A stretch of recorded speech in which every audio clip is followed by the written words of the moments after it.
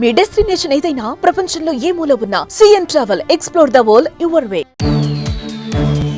Philippines లో తెలుగు మెడుకు ఆత్మహత్య. సంగారెడ్డికి చెందిన విద్యార్థినిగా గుర్తింపు. పుట్టినరోజు నాడే పైలోకాలకు వెళ్లిపోయిన యువతి. యూనివర్సిటీ ఆఫ్ పెర్పెచువల్ హెల్ప్ వద్ద ఘటన. విషాదంలో తల్లిదండ్రులు, కుటుంబ సభ్యులు.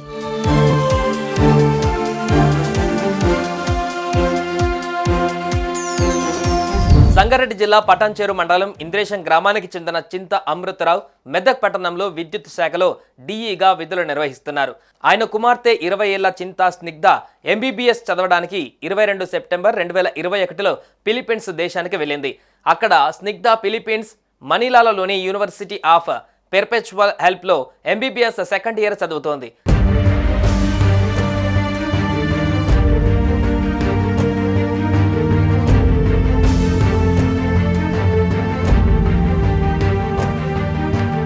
ఈ క్రమంలో శుక్రవారం స్నిగ్ధ పుట్టినరోజు కావడం వలన తన స్నేహితులు పుట్టినరోజు శుభాకాంక్షలు తెలిపేందుకు ఆమె గదికి వెళ్లారు.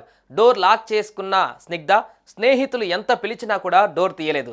ఫోన్ చేసినా లిఫ్ట్ చేయకపోవడంతో ఆమె స్నేహితులు ఇండియాలోని తల్లిదండ్రులకు సమాచారం అందించారు. అనంతరం వారు బలవంతంగా తలుపులు తెరవాలనే ప్రయత్నంలో గట్టిగా తోశారు. ఒక్కసారిగా తలుపులు తెరుచుకునేసరికి లోపల స్నిగ్ధ ఫ్యాన్కు ఉరివేసుకొని కనిపించింది. వెంటనే ఆమెని కిందకి దించి ఆసుపత్రికి తరలించారు. అప్పటికే ఆమె మృతి చెందింది. స్నిగ్ధ మృతదేహాన్ని స్నేహితులు, కుటుంబ సభ్యులకు వీడియో కాల్ ద్వారా చూపించారు. కూతురుని విగతజీవిగా చూసిన తల్లిదండ్రులు బోరున విలపించారు. పుట్టినరోజు నాడే ఆత్మహత్య చేసుకోవడం స్నిగ్ధ తల్లిదండ్రులను కలిచివేస్తుంది. ఈ ఘటనతో పటాన్చేరు మండలం ఇంద్రేశం గ్రామంలో విషాదం చోటు చేసుకుంది.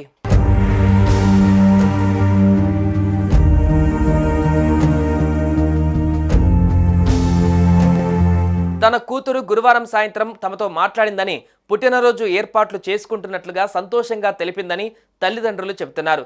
తాను చాలా ధైర్యవంతురాలనని, చనిపోయేంత పిరికితనం లేదని అంటున్నారు. ఈ పరిస్థితుల్లో చూడవలసి వస్తుందని అనుకోలేదని వారు కన్నీరు మున్నీరుగా విలపిస్తున్నారు. ఉన్నత చదువులు చదువుకొని తిరిగి వస్తుందనుకున్న కూతురు అకాల మరణం చెందడంతో ఆ తల్లిదండ్రుల విషాదంలో మునిగిపోయారు. మృతదేహాన్ని వెంటనే స్వదేశానికి రప్పించడానికి కేంద్ర, రాష్ట్ర ప్రభుత్వాలు సహకరించాలని తల్లిదండ్రులు విజ్ఞప్తి చేశారు. కాగా నవంబర్ 21న స్నిగ్ధ మృతదేహం స్వగ్రామానికి వస్తున్నట్లు తెలిపారు.